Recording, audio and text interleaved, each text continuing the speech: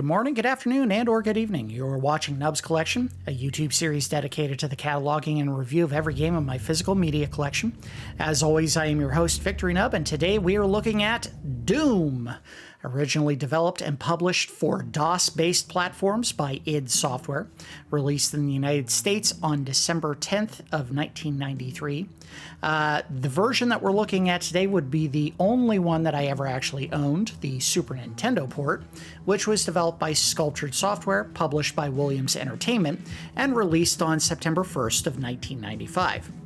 The legacy of Doom would literally take an entire episode of Nub's Collection just to summarize, so we're going to do the short version. Do you? I do. Do you? I do. Good. You're married. Kiss her. Okay, maybe we'll do a little more detail than that.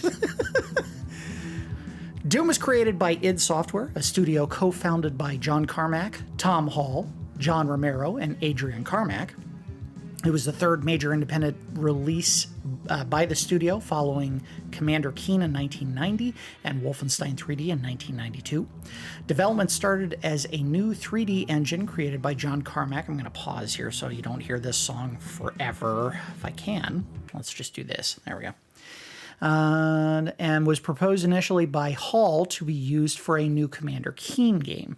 This was rejected as Romero and Adrian Carmack wanted to create a new, darker style of game. John Carmack proposed a game about using technology to battle demons, which was the launching point for the design document known as the Doom Bible. Hall created the Doom Bible, crafting a character-driven plot involving scientists on the moon that open a portal to an alien invasion. Over the course of the game, players would discover that the aliens are actually demons from hell. While John Carmack disliked the plot and likened it to the story in a porn movie, many of the core conceits remained in the final game, as you'll see today. And if you've never played Doom before, obviously it's very much a demonic type of game. The game design, meanwhile, rapidly changed to evoke a sense of speed and brutality, dropping initial elements like a scoring system, extra lives, an inventory system, and a secondary shield. Now, obviously, you do get multiple guns in this game, but I think what they meant by inventory system is there were more components to carry. Maybe you actually had the option of picking through keys or different pieces of non-weapon equipment, but ultimately I scrapped all that. As development progressed, the Doom Bible was altogether scrapped, and Hall became disillusioned with the project as his work on the Bible and his level designs were consistently rejected or reworked altogether. Due to increasing tensions between Hall and the rest of the team, the other co-founders fired Hall in July of 1993, and level design work was given to Sandy Peterson. Doom's game engine allowed for greater environmental flexibility than Wolfenstein 3D's squared rooms, with walls and floors that could be created at any angle or height. However, floors could not be stacked vertically. The enemies in the game were created using a combination of clay, latex, and metal sculptures, posed in various positions. Then a series of pictures were taken at 5 to 8 different angles so they could rotate depending on player position. The pictures were then scanned and converted to 2D character models. Composer Bobby Prince was directed to deliver a soundtrack that combined techno and metal styles. Many of the tracks he created were directly inspired by the bands Alice in Chains and Pantera. However, Prince also delivered numerous ambient music tracks that were ultimately included in the game. And the soundtrack that we will hear during the video today in this version of Doom is for the most part the songs that were in the MS-DOS version of the game. Doom was the first game that id Software decided to self-publish. The company decided to utilize a shareware approach to release, much as they did with Wolfenstein 3D. The shareware version of Doom allowed players to complete the first episode of the game, consisting of 9 levels, for free, in the hopes of enticing players to pay for the full version and gain access to the final 2 episodes. id also encouraged players to buy the game directly from them by setting their own price point at $40, while simultaneously giving software retailers the option to sell the game at any price, leveraging their own greed against them. To say player enthusiasm for the game was high would be an understatement. Within hours of Doom's initial release, university networks across the country began banning Doom multiplayer games on their servers, as the rush of players was quickly overwhelming system resources. Doom obviously was a critical hit and a commercial one as well. The game turned a profit within 1 day of release, generating as much revenue in 1 day as Wolfenstein 3D did in 1 month. As this was with excuse me. Sorry, but sometimes when I'm typing out my notes, I get a little fumbled. And this was with an estimated buy rate of only 1% of the shareware downloads. By 1995, it was estimated that Doom was installed on more computers worldwide than Windows 95. In 2007, Doom was included in a list of game canon video games proposed for preservation by the Library of Congress. The list featured 10 games that represented the beginning of a respective genre that holds relevance in the video game industry to this day. The full list was comprised of Space War, Star Raiders, Zork, Tetris, SimCity, Super Mario Bros. 3, Civilization 1 and 2, Doom, obviously, Warcraft, and Sensible World of Soccer.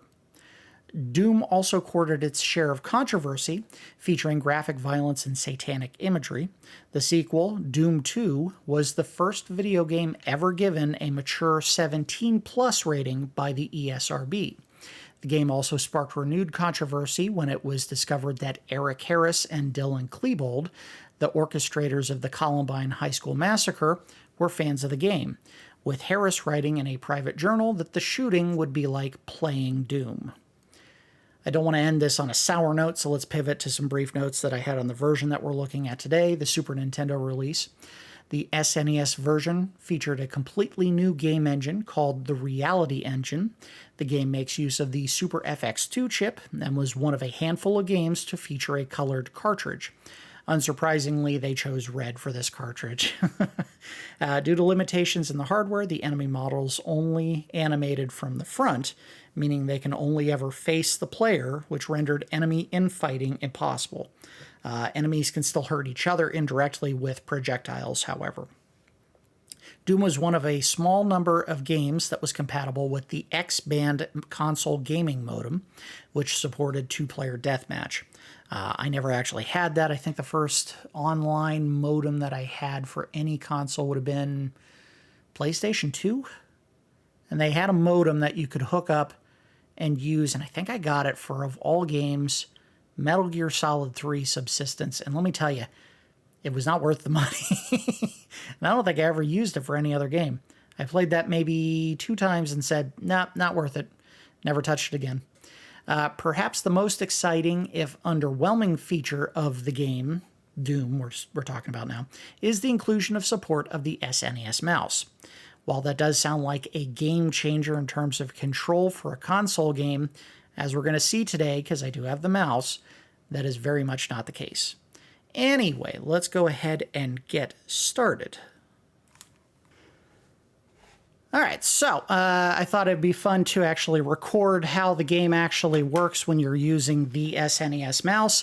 I'm actually using a Hyperkin version of the SNES mouse. I didn't own the mouse when I originally bought the game, or the SNES as a kid. This is something I picked up just for the handful of games that we'll actually be able to look at on the Super Nintendo that made use of this mouse. Trust me, this was not the game-changing device that everyone probably thought it would be for games that would actually make proper use of a mouse. And as we're going to see today, definitely not something that you would want to use for this particular game ever. Anyway, let's go ahead and get started. Return to game. All right, so everything that you can do in Doom on the Super Nintendo, you do with the mouse. You want to look left, you turn left. You want to look right, you turn right. If you want to move forward, you have to move the mouse repeatedly to move forward, and then obviously backwards to go back.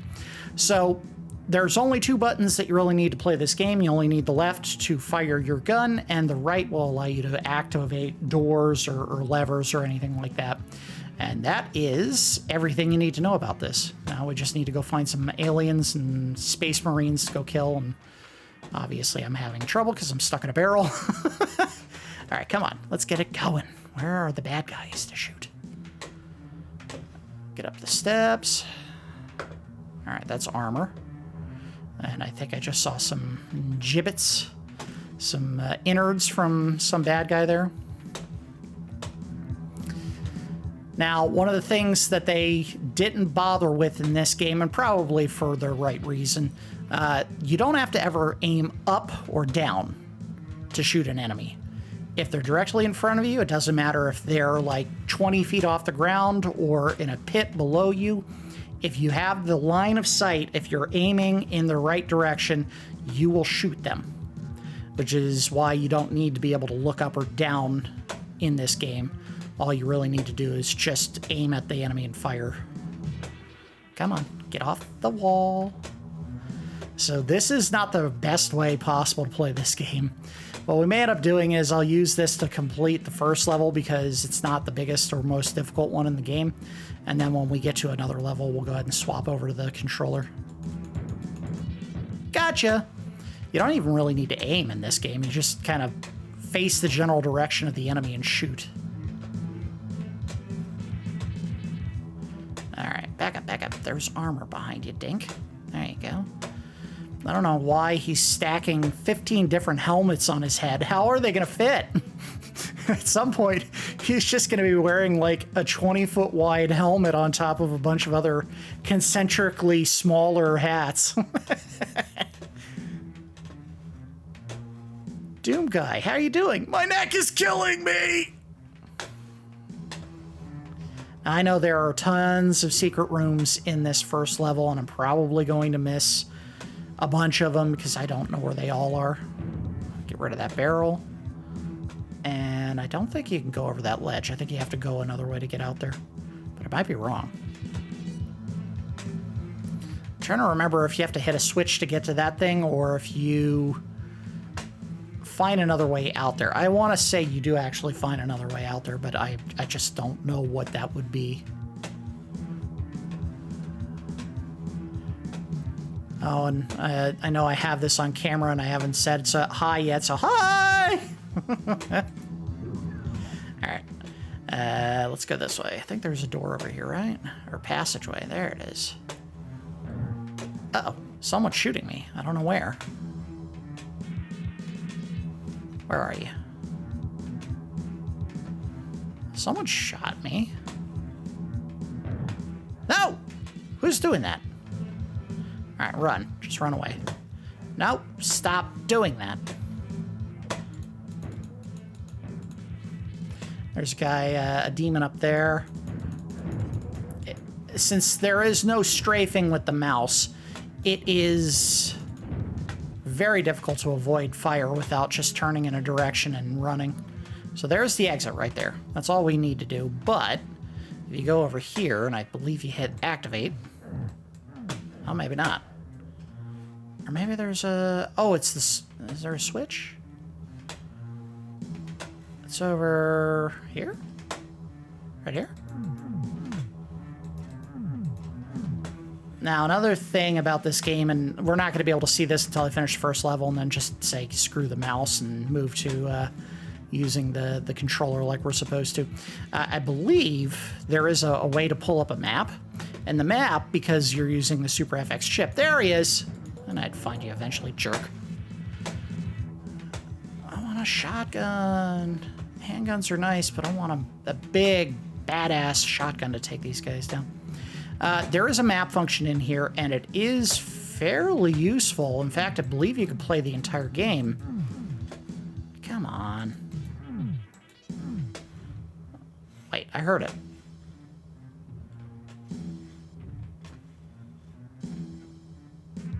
I heard it somewhere.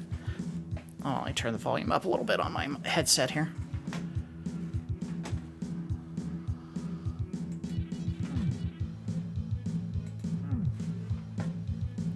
Oh, that's gonna drive me nuts. Get off the wall, thing. There you go.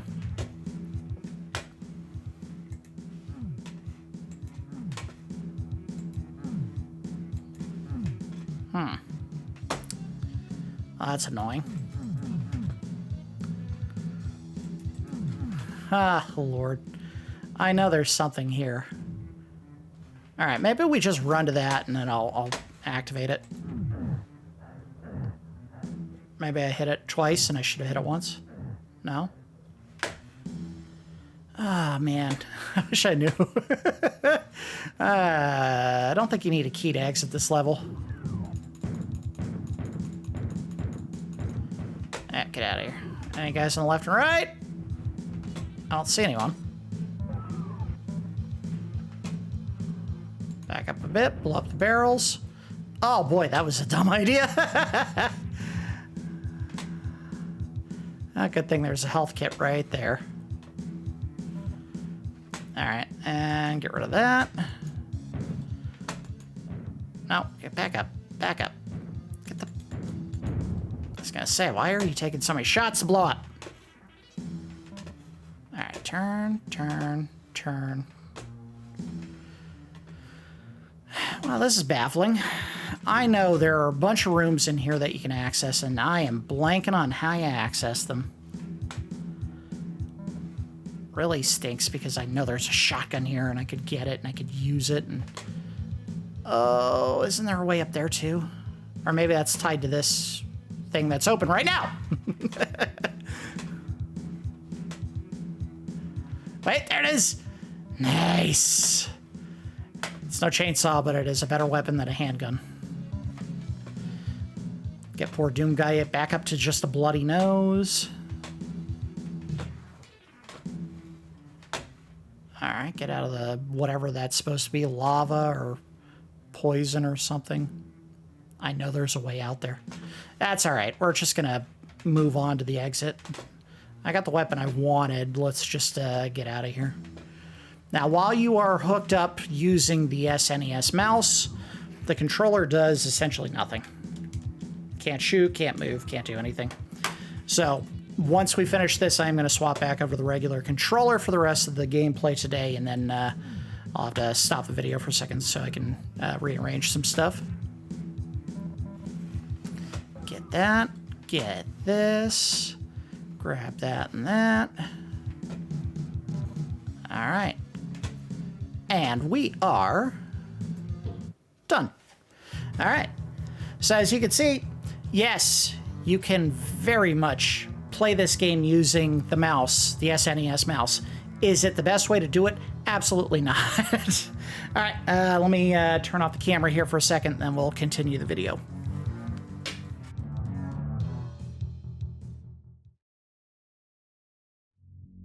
All right, so we are back, and I'm just using the standard controller now.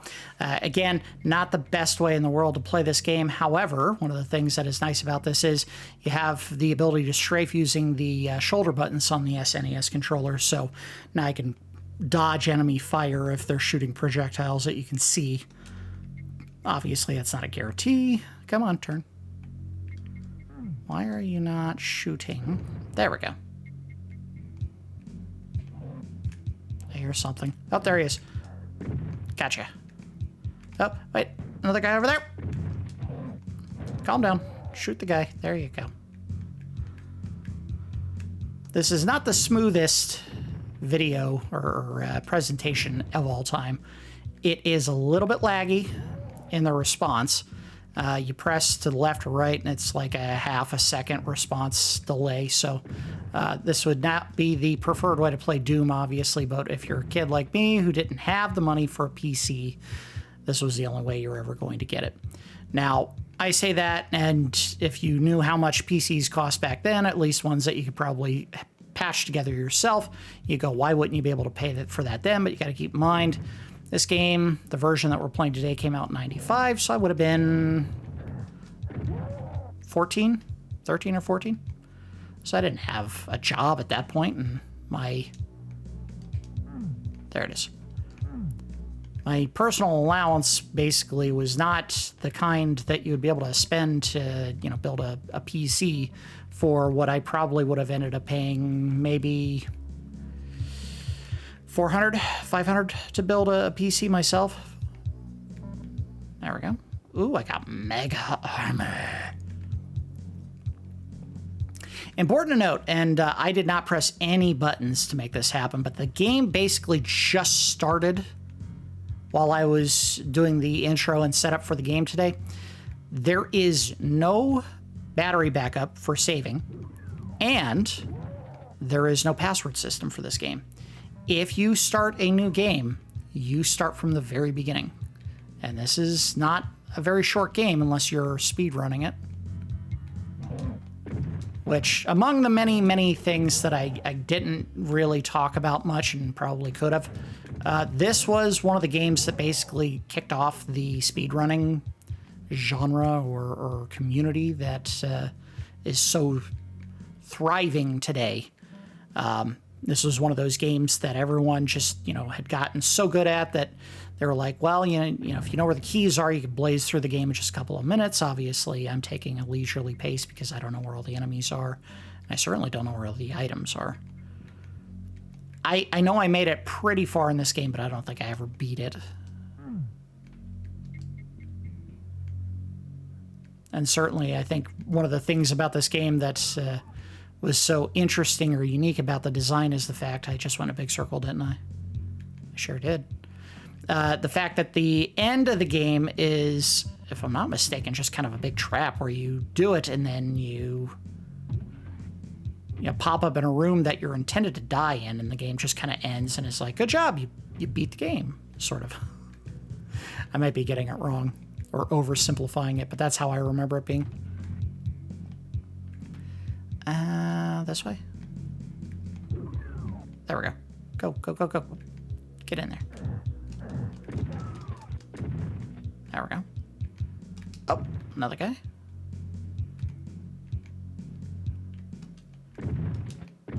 Oh, I should have strafed that. Oh, get out of the poison or whatever this is. Dirty water? Radioactive water? I'm not sure what it's supposed to be. Get back on the platform. I don't know what this is going to do for me.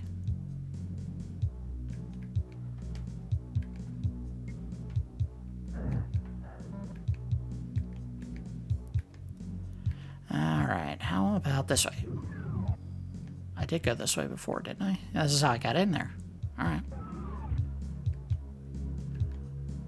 Again, if you're looking for someone who knows exactly where he's going at all times, that ain't me. I'm also running out of shotgun shells. Man, I thought I picked some up. There's a clip on the ground, but he's not picking it up, which means he's got full ammo for the handgun.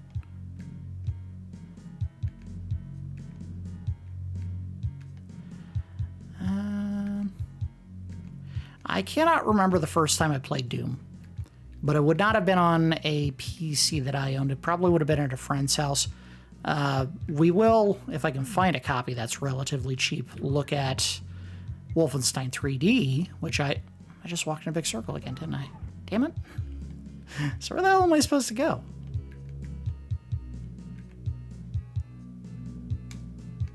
Well, that was the entrance. Is there a switch on one of the walls back here? If I can find a copy of it, I would like to look at a copy of Wolfenstein 3D, possibly on the Super Nintendo. It's not going to be a cheap game, certainly. They didn't make a ton of them. All right, good. We got some ammo.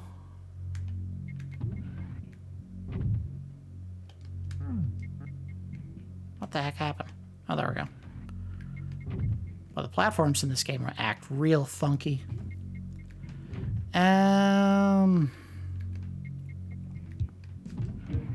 Is there something I missed back this way? And yes, I am noting that there's a ton of weird graphical noise on the walls, and I don't remember if that is a feature of the game or not. It may just be that we're using, unfortunately I had to use a Retron 5 to record today, so you don't get any of the sweet graphics, or excuse me, not the graphics, but the sweet 1080p video that we would normally get on the Polymega. Unfortunately, it did not have SNES mouse support, so the Polymega was out. I definitely wanted to use the mouse a little bit today. I thought I saw some ammo. I did. Turn. All right, so you can't strafe and turn at the same time. So weird choice there. Gotcha. Oh. Haha, gotcha. Damn, he's not picking up boxes of shotgun shells. He's just picking up regular bullet ammo. Whatever you want to call that. Handgun ammo. Shoot. Shoot, man. There you go. Fairly certain this leads to a key or something important. I don't think they would have set it up as complicated as it is if there wasn't something at the end of this. Turn.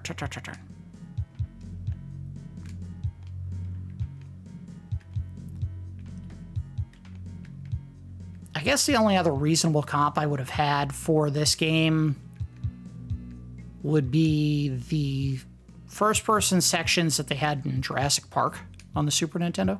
Were they great? No, they were bad. Oh, I see someone. Gotcha.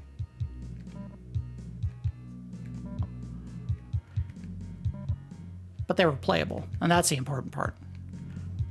If you could still play the game, I think that's more important than whether or not it was as good as a PC experience. It was just about being able to play a game that you would have only normally been able to do on a PC if you had one. And the first PC that we got as a family was probably, oh, hello, 90, well, it might have been 95, 96. But that was absolutely not my PC. That was the family PC. So there was no video games going on that console or that system. Wanted to use it at all. It was only for doing homework assignments. Oh, I thought there might be another one. Gotcha. Now, the cool thing about the shotgun, and this is something that maybe you don't realize until you start playing the game, obviously, the way that shotguns work is they shoot a spray of pellets, and the further you are away from where the target is, the less likely they're going to be hit by any of the pellets. They treat this more like a hunting rifle in this game, where the shot basically has no limit to its range, but it also doesn't shoot a scatter of pellets. So as long as you're in line with the target and hit, it's going to hit for the full force of the shot. So that's pretty nice. Anyway, about the PC that we had, I think it was one of those gateways. You know, the computer that came in the box with a bunch of weird cowl labeling on it. And it was okay for a couple of years. Once I started hanging out with a couple of friends who were a little bit more computer savvy than I ever was, I actually managed to cobble together a PC using some components that they provided, but also that I spent some of my own money to build. And I don't remember what the first PC game was that I ever owned. I'm a lot more knowledgeable on what console games that I purchased and owned. If I had to guess, purely a guess, because I just don't know. The first game I might have ever owned on a PC would have been probably Diablo. Because that was a fantastic game. No regrets getting that one. Oh. Get him! Boy, there is a long delay between the time you shoot that gun and when you actually, when you press the button when you actually shoot your gun. Alright, I can't get to that, whatever it is. I don't see anyone. That doesn't mean there's no one here, it just means I don't see anyone. Oh, yeah, I forgot. Let's do this real quick. This is the way that you can play the game, another way you can play the game. However, I don't know if you actually see enemies on the screen. I just don't remember. I think you do. Well, let's see. Turn on! Oh, absolutely not. You do not see any enemies on the screen doing that. Let's see if any of them come up. Nope, they don't. All right, let's go commit suicide!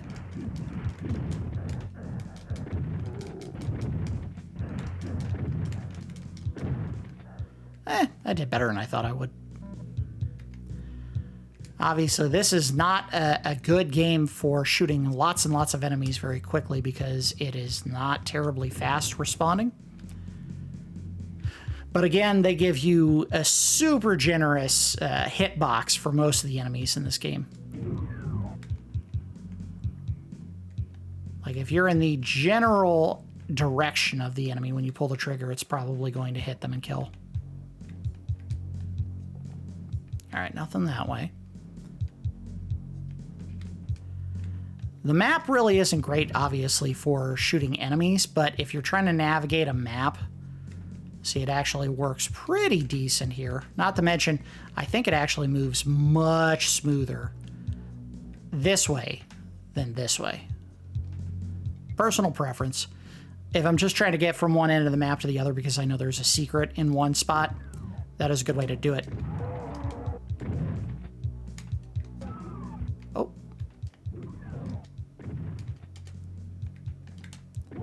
Gotcha. Gotcha. Anyone else? Are we good? Yeah, we're good. All right, I think we will try one more level, and then we'll probably go ahead and call it a day. I don't think we're anywhere in the realm of possibly beating an entire episode in 1 hour, because I don't know the levels well enough to do that. We got 90% of the kills, 39% of the items, and 0 secrets. So I wasn't even looking for them. But again, they bury a ton of stuff in these games. And obviously that is a carryover from Wolfenstein 3D, because a lot of the levels in Wolfenstein 3D, you had to search walls to find hidden rooms that usually contain gold bars. Come on. And this one, there's no gold to pick up. It's just weapons and health. Uh-oh. They got the shotgun, guys. Oh, he hit me.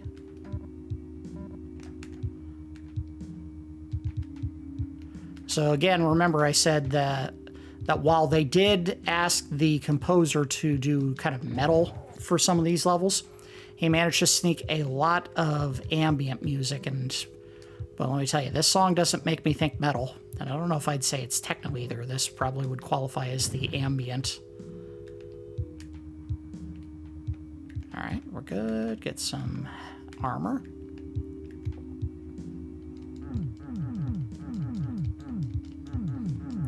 Hump the walls for a couple minutes.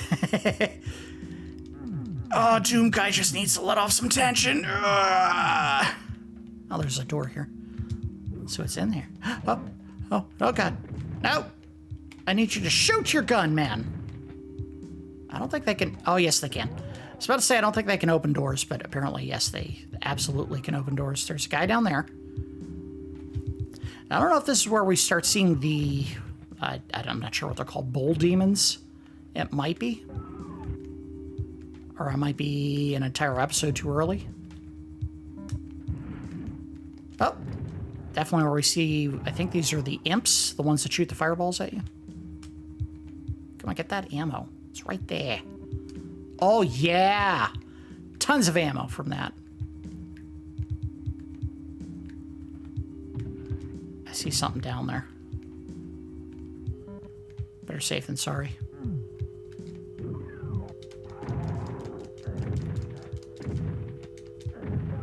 Oh yeah, look at that. Obviously, if you could shoot them from a distance, they can shoot you from a distance, so it's not necessarily going to work in your favor to stand, 100 yards away and start taking pot shots. They're still going to be able to hit you just like you can them. But, why wait until they're... Oh, God. Oh, I got hit. Why wait until they're, 2 inches from your face to start shooting? If I'm not mistaken, the center pit there has an item! Oh, God, why did I do this? Oh, I need to be able to get out. I'm dead.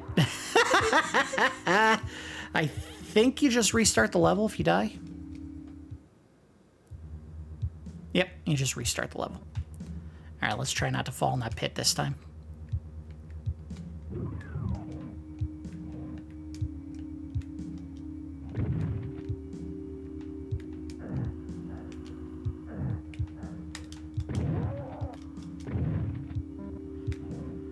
Again, you don't have to be super accurate, just have to be in the neighborhood, which I like a lot, considering how difficult it is to get a good aim in this game. Not perfect, but, you know. I'll say this. This could have been an absolutely abysmal experience trying to use a D-pad to control this. It's not that bad. I think it just takes a little bit getting used to. And absolutely make use of the strafing buttons as much as possible, because if you're just doing straight on, you're going to get hit a lot. But this isn't half bad. I don't think I can go in there because I don't have a blue key. They obviously could have done something with the mouse. Like, and I think we tried this when I did the video for Jurassic Park. A combination of the mouse to look and the D-pad to move. I think that would have been the best they could have done for a control scheme to make it as user-friendly as possible. Come on. I know you guys know I'm here. Come and get it.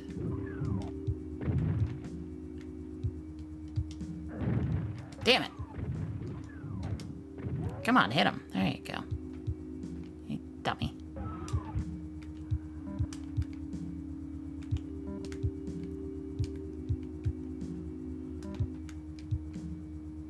Oh. And I don't think the Jurassic Park game chugged nearly as bad as this one does. It is definitely very slow frame rate wise. We're going down here.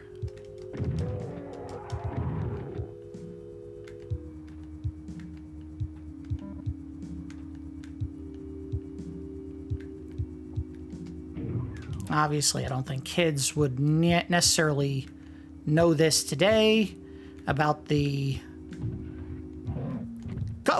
get him culture shock that it was to be able to play Doom or any game that had very high levels of graphic violence on a Super Nintendo. This was a big push, and you know, a regular subscriber at that time when this game came out for Nintendo Power. You know, the magazine was obviously a mouthpiece for Nintendo proper, so they would say whatever Nintendo wanted them to say in regards to, you know, games that had graphic violence. I am killing him. I am killing him! They're killing me, though. There was one still down there. And at that time, you know, around the early to mid-90s, Nintendo was very anti-violence in their video games. If there was anything, it was cartoony, it was not offensive. They were very careful to make sure that whatever you saw in video games was very tame, because they were trying to sell to families and kids, not necessarily adults. And what ended up happening is, you know, Sega, with their Genesis console, said, we're not doing that. We're marketing to, you know, the hip teen crowd, the edgier market. And games like the Mortal Kombat, the original Mortal Kombat came out. There is a bull demon.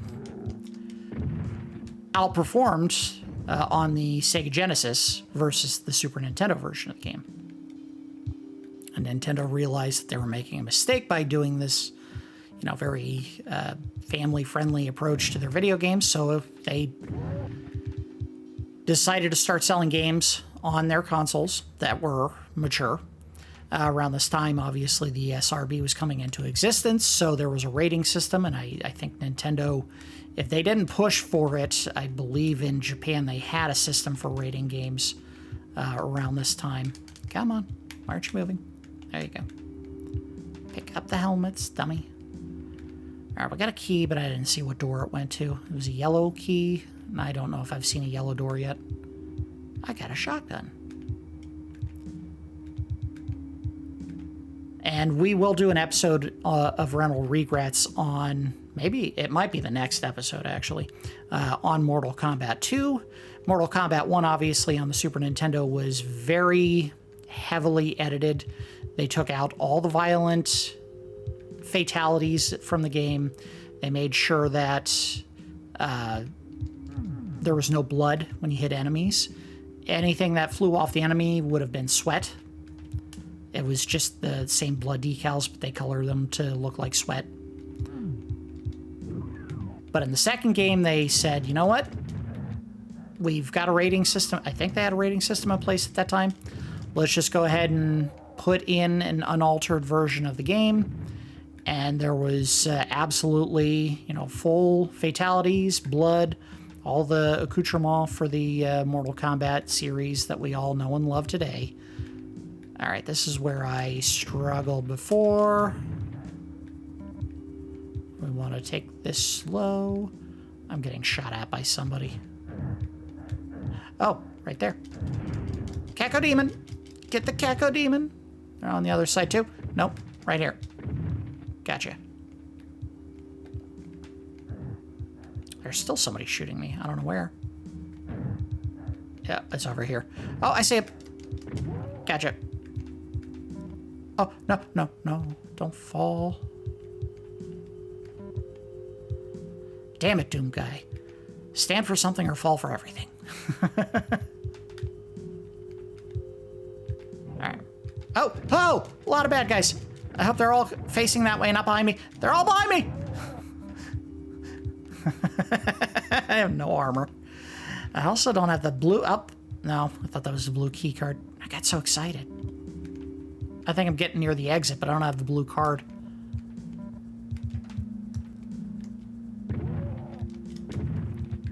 Man, it is real hard at a distance to tell if you're looking at just a regular wall. There's the key.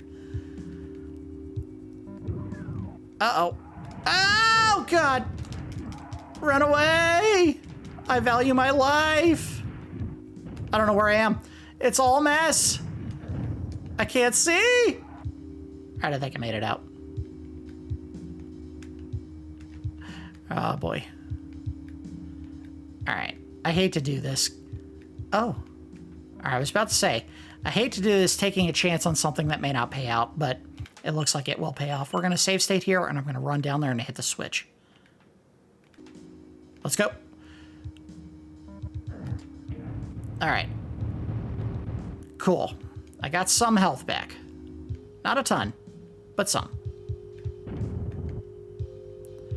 Obviously, the imps are following me. I don't know how far they'll chase. They may chase through the entire level. In which case, I'd be better off just hauling ass and getting out of there. They're not the deadliest enemy in the world, but there were a bunch of them, and they take multiple shots to kill, so... Why play games? Get some health. Nope, get closer. What are you doing?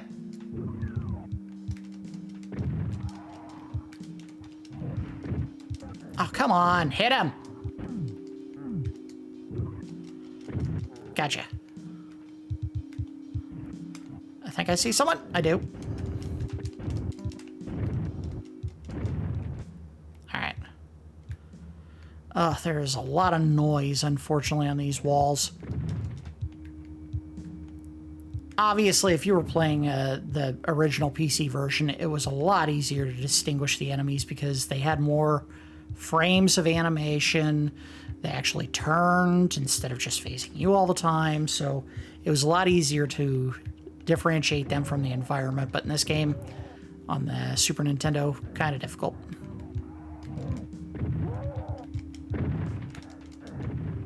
Oh, look at that. I am a killing machine. Obviously, there's a couple imps above me, but they can't see me.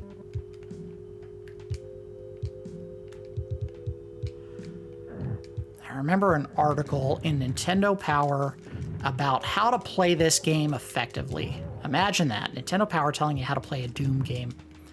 But one of the things that they highlighted in their game was circle strafing. And how novel a concept that was, right? You want to shoot the enemy, you don't just face them straight on, you walk in a circle around them. But again, holding the shoulder buttons and trying to turn at the same time doesn't work. So what they basically said was, press the shoulder button, turn a little, press, shoulder, press, shoulder, press, shoulder. So, I mean, they taught you a rudimentary way of doing it, but obviously not the preferred way. Not the best way to do it. Don't you dare. I'm so close to the end.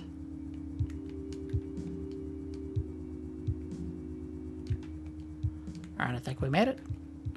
I think we did it. I get some health. I don't really need any of this because we're about to end the episode here. All right, final door. Anyone to shoot? No. Just some health pickups and armor. Now, the further you get into the game, obviously, the more demonic the environments get. Early on, it still kind of looks like a crude military base on Mars somewhere, but obviously, once you get out of the first episode, things start taking a turn for the more satanic. All right, so I think that is a good enough look at Doom. Let's go ahead and wrap things up. We're going to do a round of the good, the bad, and the ugly. The good is the game plays surprisingly well for a first-person shooter on a console that does not give you thumbsticks on a controller. It doesn't really control all that well when you try to circle strafe enemies. It's still very functional, if not perfect. And I know that doesn't sound like a good, but you have to keep in mind this came out in 1995 on a console that really was being stretched to its absolute limit in terms of what it could do with 3D graphics. This was not the most complex game 3D-wise of all time, but the Super Nintendo was by no means ever meant to be a 3D console. It gave very rudimentary access to polygons with the FX chip, the Super FX chip, but not, super smooth gameplay. It is a technical marvel that they managed to get the game to run at all on a Super Nintendo, and I think it deserves some credit for that. As far as Doom itself, it is still a lot of fun to run around environments and shoot enemies, and there is a little bit of franticness when you do encounter a room full of enemies, trying to shoot them as fast as you can and get out of there without getting shredded. Obviously, I wasn't doing the greatest job in the world, but I did the best that I could with the controller and the means available to me. I think credit should be given that they put functionality for the SNES mouse in the game. However, we'll go over why that's not necessarily just a good when we get to the bad. Musically, it's basically the same soundtrack from the PC versions of the game. So, I don't have any serious knocks on that. I thought it conveyed the mood of each level the way that it was supposed to, and I can't knock the game for maybe not always being, hardcore metal or, super exciting techno. Obviously, the composer thought that there might be some areas where a softer, more underplayed soundtrack would work, and John Carmack obviously agreed because he was given the ambient soundtrack without actually asking for it, or the songs that were ambient, and he ended up using, I think, all of the ones that were provided to him, or most of them. I like that there are tons of secrets in this game, hidden in every single level, even the first level. Everywhere you go, you want to be, if you're being thorough, jabbing on the use button on the walls to try to find secret rooms or switches or, all kinds of different special items and extra armor, health. You can obviously go beyond 100% health and 100% armor in this game, so you can make yourself as beefy as possible going into encounters with larger enemies. This game, as far as I know, has the major enemies that I think everyone remembers. It has the cacodemons, the big floating, pulsating brain things that shoot laser beams at you. It has the what are they called? The big minotaur demons. It has, I believe, the spider demon as one of the bosses in this game. So it includes most of the ones that everyone remembers. I don't think they included every single enemy from the original game. They did the best they could to put as many of them as possible in here. The weapon selection, obviously, the only ones that we managed to find in the video today were the handgun and the shotgun, but you also get a blaster type weapon. The chain gun is a lot of fun to use If you've never used the chainsaw before, oh man, that is one fun weapon to use against enemies. Is it the safest to use? No, because in this game, you tend to find a lot of enemies at a distance, and while you're running up to try to hit them with the chainsaw, they're shooting at you, so it's not always the best choice. It is very useful against the bull demons, because obviously they don't shoot anything, so when they get up in your face, you can just, cut them with that. Shotgun has always probably been my favorite gun, not only in Doom, but just about every game that I've ever played. If you have the option to use a shotgun, I love using shotguns. They do include the BFG in this game somewhere. You'd have to get pretty far into it to actually get access to it, but it was included in here.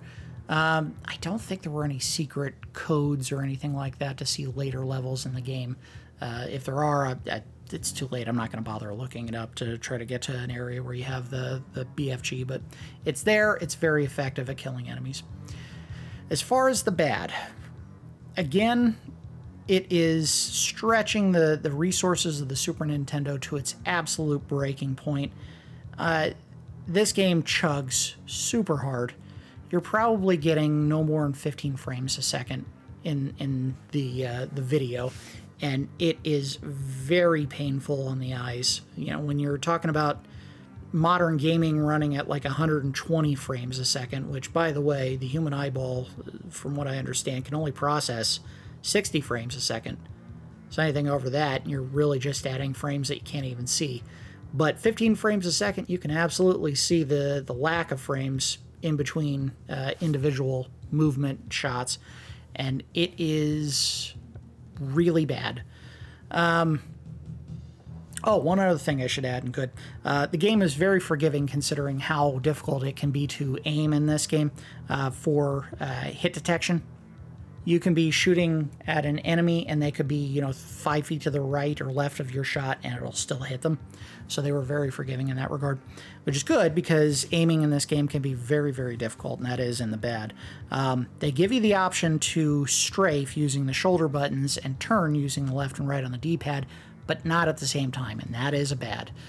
They should have found a way, even if it was, really stretching the game's ability to let your character move. They should have found a way to let you do both at the same time. Because it would have made fighting enemies a lot easier, especially if it's like the imp demons that shoot a projectile that has a defined path, and it's not hit scan. It's not where if they pull the trigger and you happen to be in the line of shot and it would connect, it just hits.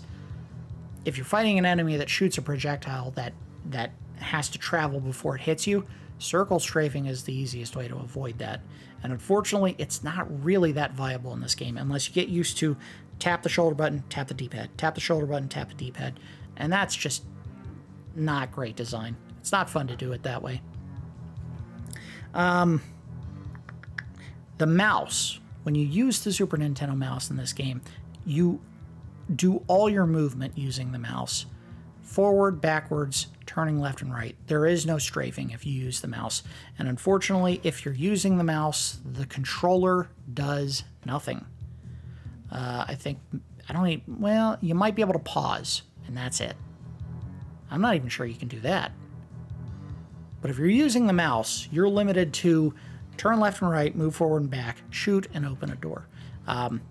It limits rather than enhances your ability to fight in this game, which is a weird thing to say. You would think if you were including a mouse to play a first-person shooter, it would actually make it easier not only to aim at enemies, but to navigate the world, because you just use the mouse to look. It's so obvious. This is how it's worked since Wolfenstein. You use a couple of keys on a keyboard to actually move your character and use the mouse to look, but they didn't have that design for Super Nintendo games when they created the Super Nintendo mouse, or they certainly didn't do it for most of the games that we'll ever see that make use of the Super Nintendo mouse. In this game, they did not do a good job of implementing it. As far as the ugly, again, they did the absolute best they could with the graphics. Obviously, environmentally, 3D graphics were used to fill out the environments in 2D textures for enemies, items, anything that didn't need a 3D surface. That said, there is a lot of muddy texturing. If the enemy is more than, say, 15 feet away from you, it's a series of just pixels that kind of move a little bit. So if they're against a similar looking background, and there's a lot of browns and grays in this game, it can be very difficult to see them.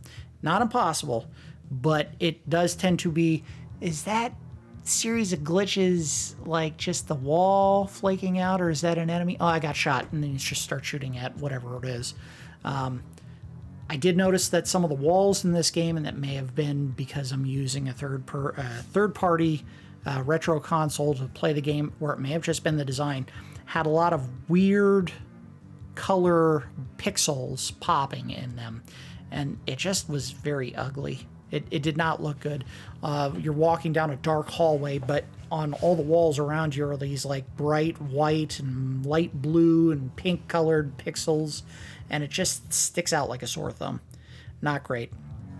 Again, they don't have any way to save, and while I could put that in the bad, I don't know if this is the kind of game where I'm worried about making serious progress. I'll just put that in the ugly.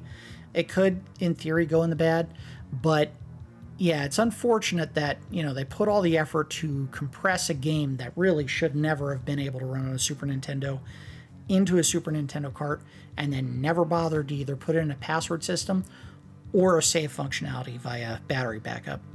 That was just a horrible oversight. Maybe they did it to save money. Maybe they were just concerned that the battery would die eventually, or the original source code that they were given from id Software did not allow them to make any modifications, so they just said, we can't bother with a password system either. That stinks. Anyway, let's go ahead and give the game a score. We'll do our score in Randars, 1 to 10.